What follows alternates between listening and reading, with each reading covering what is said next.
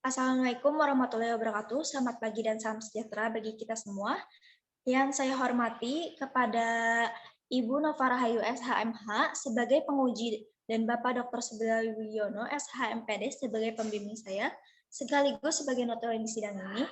Mohon izin untuk memperkenalkan diri. Saya Anissa Rohman, NPM 19.144 dari Prodi Fakultas Ilmu Hukum.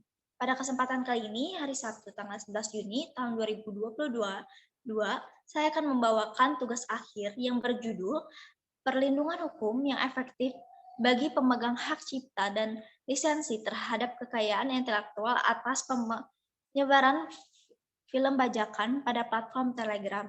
Baiklah, saya akan memulai presentasi saya.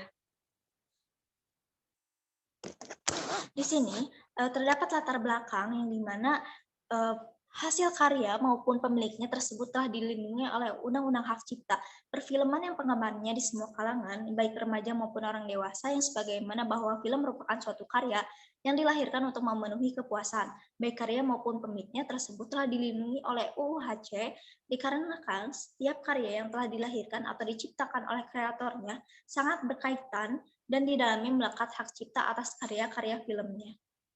Lalu, adanya peran UU HC, di mana Undang-Undang Hak Cipta Nomor 28 Tahun 2014 telah menjelaskan bagaimana UU HC terhadap pemegang karya hak cipta, bahwa yang telah memegang hak cipta atas sebuah karya mengartikan bahwa ialah pencipta atas karya tersebut dan orang lain yang menerima hak cipta atas hak cipta bisa dikatakan secara resmi jika diberikan langsung oleh penciptanya. Seperti yang sudah diketahui, bahwa berdasarkan Undang-Undang Hak Cipta, suatu hak istimewa dan terdiri dari hak moral dan hak ekonomi, dengan siapapun tidak bisa mengambil keuntungan jika tidak ada dari izin penciptanya. Lalu penyelesaian sengketa yang terdapat pada permasalahan hak cipta dapat diselesaikan melalui 3 cara, yaitu menurut pasal Undang-Undang Hak Cipta, pasal 95 ayat 1 dan 2. Jika terdapat permasalahan atau sengketa dapat diselesaikan melalui 3 cara, yaitu mediasi atau alternatif penyelesaian sengketa, arbitrase, dan pengadilan, yang dimana pengadilan yang dapat menyelesaikan permasalahan di sini yaitu pengadilan niaga. Dengan adanya atau hadirnya Undang-Undang Hak Cipta, terutama pada pasal 10 telah menjelaskan bahwa penggandaan atas hasil pelanggaran hak cipta telah melanggar norma-norma hukum yang telah ditetapkan. Dengan permasalahan-permasalahan tersebut diharuskan adanya yang mengatasi secara khusus dan diharapkan jangan sampai terulang lagi dan jangan sampai permasalahan tersebut menjadi sebuah permasalahan yang biasa di kehidupan masyarakat.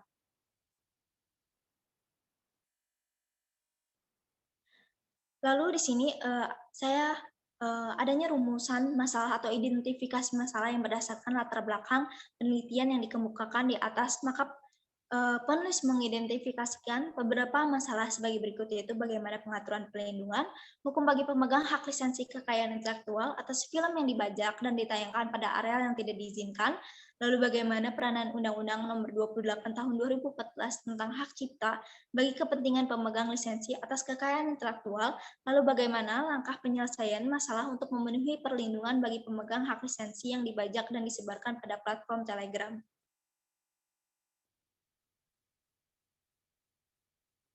Lalu terdapat tujuan-tujuan yang sebagaimana telah berkesinambungan pada identifikasi masalah yang telah saya ambil, yaitu yang pertama untuk mengetahui, mengkaji, dan menganalisis bentuk perlindungan hukum bagi pemegang hak cipta dan lisensi kekayaan intelektual atas film yang dibajak dan ditayangkan pada area yang tidak diizinkan.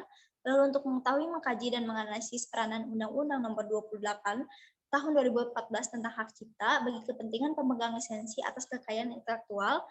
Lalu yang ketiga, untuk mengetahui, mengkaji, dan menganalisis langkah penyelesaian masalah untuk memenuhi perlindungan bagi pemegang hak lisensi film yang dibajak dan disebarkan pada platform Telegram.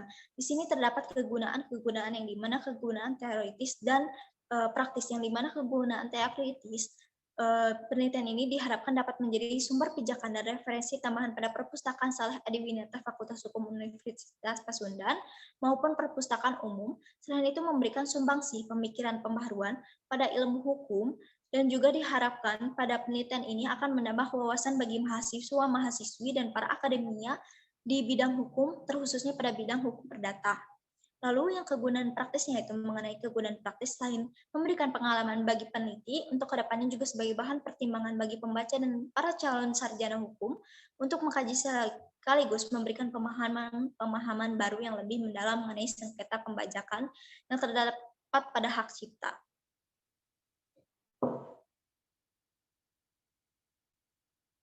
Lalu di sini terdapat kerangka pemikiran yang dimana kerangka pemikirannya itu mengenai adanya prinsip-prinsip yang dimana pertama yaitu the principle of natural justice yang menjelaskan seseorang menghasilkan karya akan mendapatkan hak atas karyanya atau intelektualnya dan berhak mendapatkan royalti.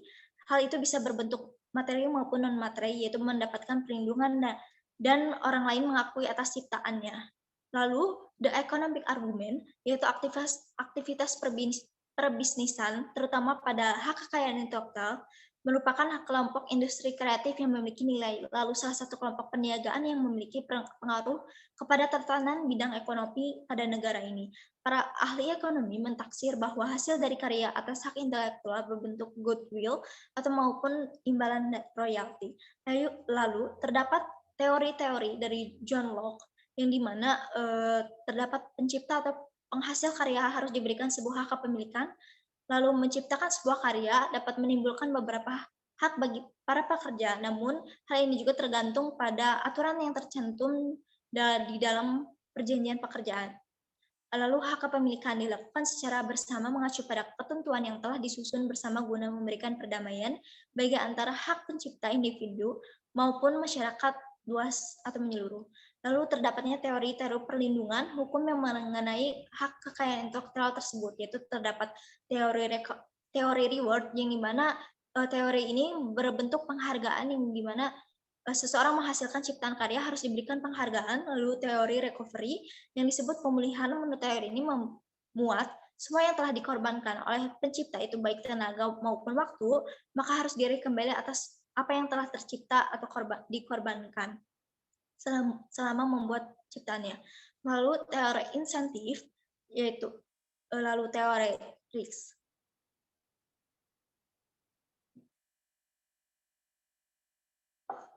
Lalu di sini terdapat metode-metode penelitian yang dimana saya menggunakan pada penelitian ini menggunakan metode penelitian yaitu metode penelitian pendekatan yuridis normatif yang lebih difokuskan mengkaji asas-asas, norma-norma maupun undang-undang dalam hukum positif. Lalu adanya spesifikasi penelitian. Spesifikasi penelitian ini digunakan dipilih yaitu descriptive analysis. Descriptive analysis metode yang mengungkap kebenaran-kebenaran untuk menarik suatu kesimpulan untuk menghasilkan konsep jawaban dari apa yang sudah didapatkan dan dihubungkan pada hukum positif di Indonesia. Lalu selanjutnya ada tahap penelitian yang dimana tahap penelitian ini menggunakan penelitian kepustakaan atau library research yang dimana bahan hukum primer merupakan bahan hukum yang bersifat mengikat, di mana di sini saya menggunakan Undang-Undang Dasar Negara Republik Indonesia, Undang-Undang Nomor 28 Tahun 2014 tentang Hak Cipta, Undang-Undang Nomor 19 Tahun 2016 tentang Informasi dan Transaksi Elektronik atau ITE, dan Kitab Undang-Undang Hukum Perdata atau KUHP. Lalu bahan sekundernya yaitu bahan-bahan yang berhubungan dengan bahan hukum primer berasal dari pustaka yang terdiri dari buku-buku, jurnal-jurnal, penelitian, dan para pendapat ahli maupun para sarjana hukum. Lalu bahan hukum tersier yang merupakan memberikan informasi mengenai bahan hukum primer dan sekunder mengenai kamus hukum, kamus bahasa, dan situs-situs yang ada di internet. Lalu penelitian lapangan atau field research, yaitu selain dikaji berdasarkan yang tadi saya sebutkan, dan juga disebutkan akan dilakukan pada tempat instansi yang terkait berhubungan pada objek-objek penelitian sehingga terdapat data-data yang dapat dianalisis, fakta yang terjadi dan bagaimana kenyataannya, yaitu bisa dikatakan dengan dasolan dan dasainnya.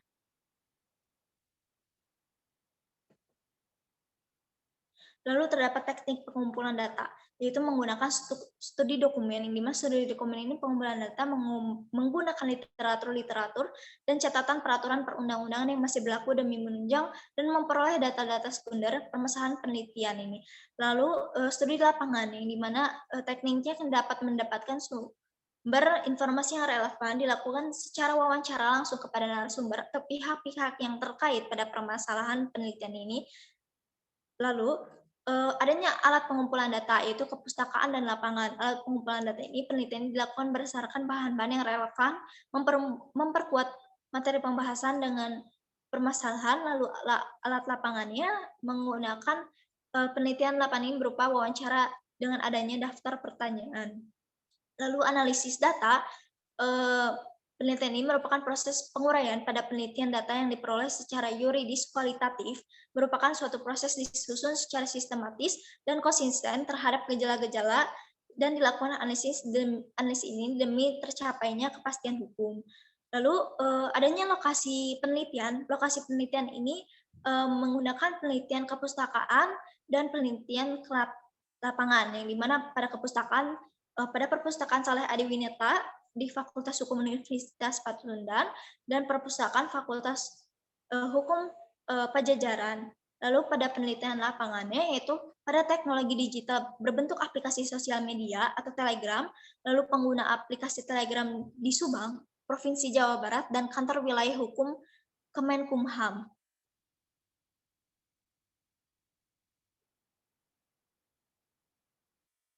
Lalu sistematika penulisan ini sebagaimana suatu hal yang mempermudah penulis dalam mengkaji dan meneliti skripsi ini. Pada bab 1 yaitu pendahuluan yang terdiri dari menguraikan latar belakang, identifikasi masalah, tujuan penelitian dan kegunaan penelitian, kerangka pemikiran dan metode penelitian, lalu adanya sistematika penulisan dan outline.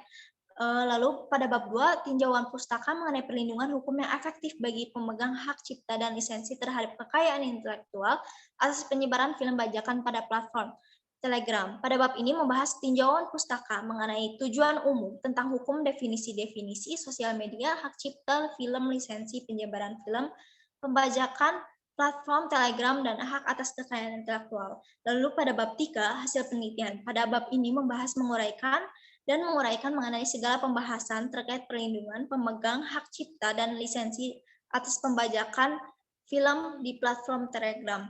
Lalu bab 4, analisis yuridis. Pada bab ini membahas dan menguraikan mengenai perlindungan hukum terhadap pemegang hak cipta dan lisensi ditinjau dari peraturan perundang-undangan dan kebijakan-kebijakan terhadap pemilik hak cipta dan lisensi hak kekayaan intelektual atas pembajakan film pada platform media sosial yaitu Telegram.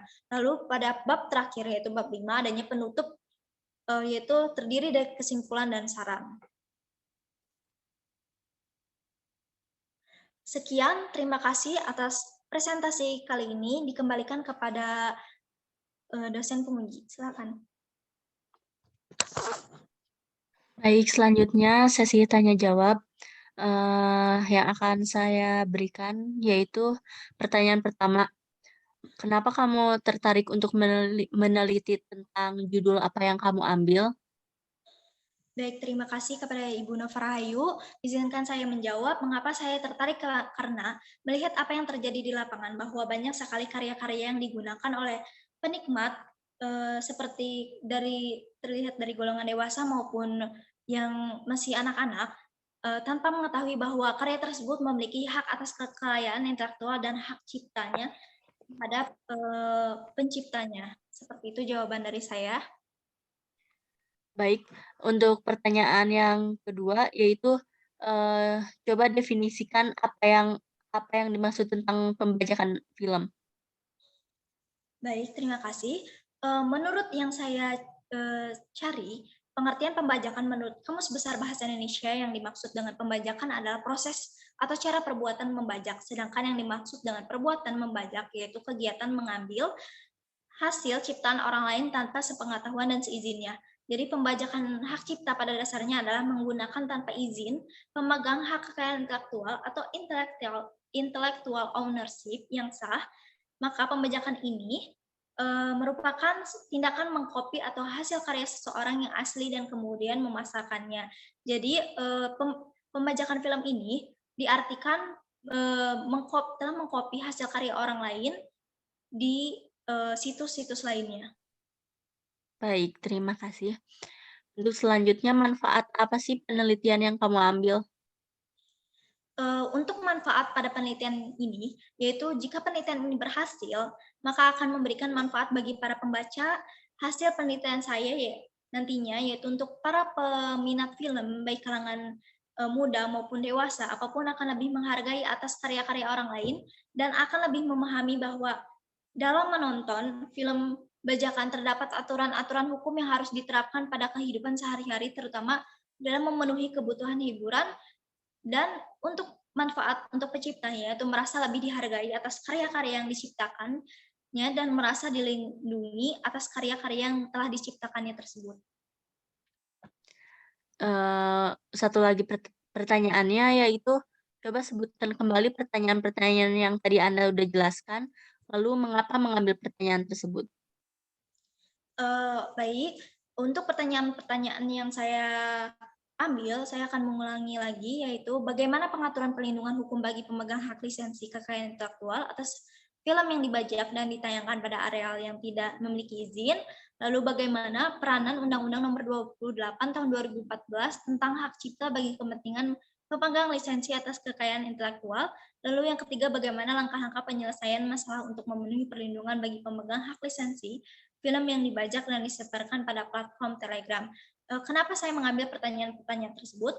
Karena dengan melihat fenomena-fenomena yang terjadi saat ini, bahwa banyak sekali peminat film yang tidak menghargai karya seseorang dengan menonton film pada tempat yang secara tidak sah dan tidak diberikan izin oleh penciptanya atau pemilik karyanya, maka dengan adanya pertanyaan-pertanyaan tersebut, yang saya sampaikan tersebut bisa lebih memperjelas dan mengenai adanya perlindungan dan aturan hukum yang masih berlaku di Indonesia. Seperti itu. Baik, terima kasih untuk pertanyaannya, terjawab semua ya.